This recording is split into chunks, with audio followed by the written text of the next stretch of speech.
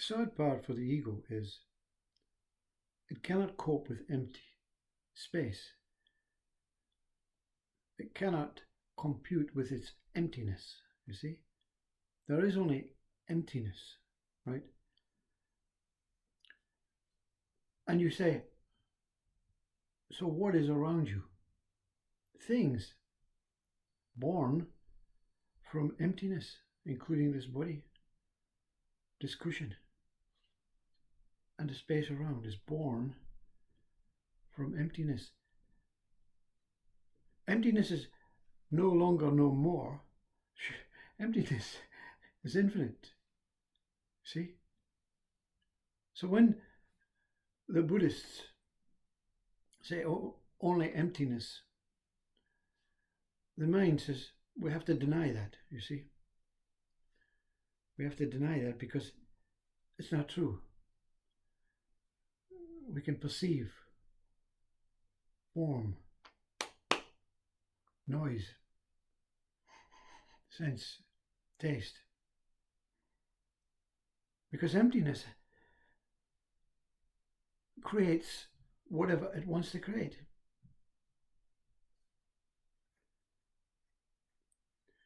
I had a great insight. Can you imagine the universal space? Infinite universal space. And we had a slicing machine that cut sections.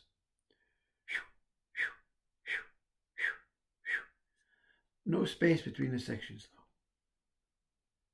And each one of us is a section of universal space. And the section that seems to be me goes through 3,000 planets. Bearing in mind there may be zillions and zillions of planets. A couple of stars, a couple of meteorites. So, in that space, it's formed planets, it's formed stars. These planets, these stars, they don't exist in our empty space. In the universe, they exist. So therefore, that repetition of ego copying microfiches of emptiness, we experience a journey through what we call time and space, through planets, through stars. Not in time, but in one microfiche. So, the mind that we're using now sees a more needful way to be a human, to be flesh and bone, to be blood in a particular part of my microfiche. So therefore I'm creating something from my nothingness, from my emptiness. So an enlightened speaker or a Buddhist monk or anyone that is experiencing this emptiness infinitely now, after possibly, probably having experienced being a person in a world, in a planet, in a space, has just merged its way back to what it is. And it's great because this emptiness that I am is giving life to all this somethingness with no effort, with absolutely no effort. If you imagine you are a space, or if you imagine a space, and you see it every day, and suddenly this space becomes blue. So the blue has appeared from within the space. It doesn't come from outside the space. It appeared from inside the space. And the airplane that flies through it appears as if it's going through the space, and it started at a point outside the space and finished at a point on another side of the space. but it never left the space. It never leaves the space. So emptiness to the mind, the ego, that's really negative. That's going backwards. There's nothing in your life you're going to. But when you understand emptiness, you understand you can create anything in your life. Anything. And of course, the human mind will come with obstacles and say, well, see if you can create money. It's already here. As soon as you mention the word money, it's here. You don't have it personally. You don't have notes or coins in your hand. But money exists within your emptiness. The world, the planet exists within your emptiness. It's the idea that I want it for this body, for this thing. Your body is passing through your own emptiness. Your body is a creation from your own emptiness. And every morning you wake up, it wakes up, it's visiting another spell of like the airplane going through the emptiness that you are. The conditioned programmed mind cannot abide these theories because I don't want to be emptiness. But you've no choice. Emptiness is infinite. Emptiness is vast. It has no boundaries. And you implement the boundaries yourself. You implement the microfiche, whatever is in the microfiche yourself, whatever is projected from. So, where do the planets come, you see, in space? They're created through this that tries to divide emptiness up, that wants to be living as something. It's like when you cut through a piece of meat, you don't know, every slice will be different. Every slice will be and it will create different feelings from the knife, different textures. Some knife, next knife, so many bones, so many tendons, so many nerves, so many pieces of fat. You see? But emptiness is not a piece of flesh. It gives life to the pieces of flesh. So the movement of whatever I is creates life and form, creates the meat, creates the tendons, creates the fat, creates the whatever. The movement is all that exists within emptiness. And this body is a moving body within emptiness. This cushion is a moving cushion now. We've given it the name within emptiness. In our world, this is my world. Everything in my world is my world. I don't have to have it. I don't need it. I don't desire more. Whatever is created, whether it's a mental, constructed, imaginative, hopeful, believing way, is for me. And so emptiness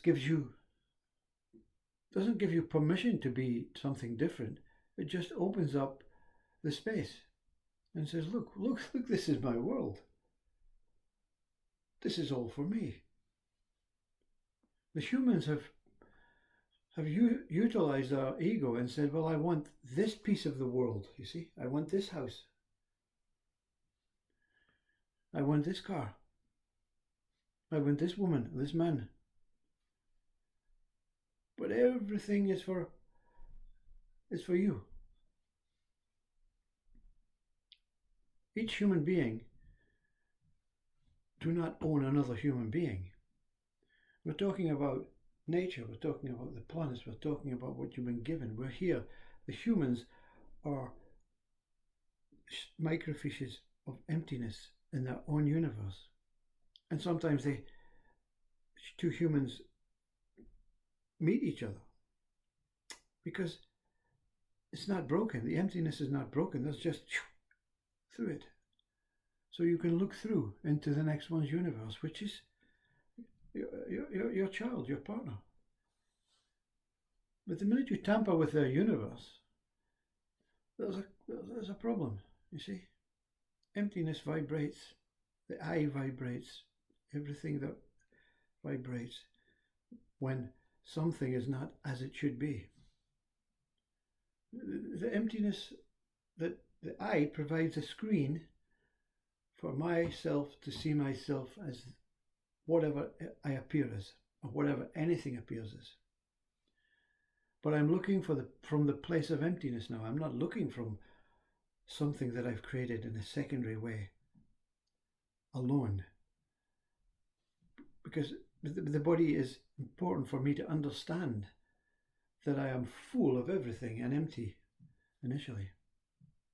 And emptiness and fullness, they become the same. So this cushion is full, but it's empty. This body is full, but it's empty. This mind is full, but it's empty. So there's not a need to take a side. I say, I'm a form body.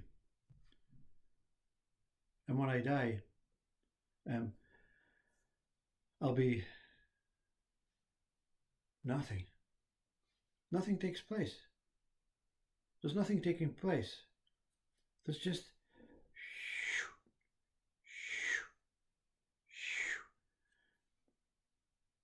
same cut. Only one cut really.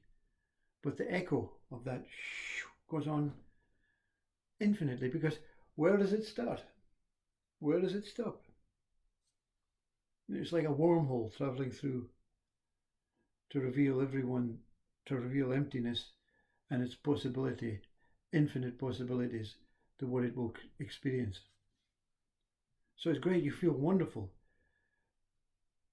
Because when you say, I want something new in my life, you just turn your head and you see a tree that you never saw before, and you go, wow, thank you very much for that tree. I'm a human, I know it's a tree, but emptiness is seeing its own vast universe. And you don't argue with another human being and say, well, it's my universe, it's my tree, I saw it first. They maybe see something different. That's what we do.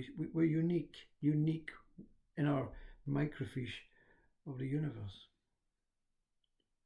So the idea that AI can take over humans, AI is part of my universe. I can utilize it, I can do what I want with it.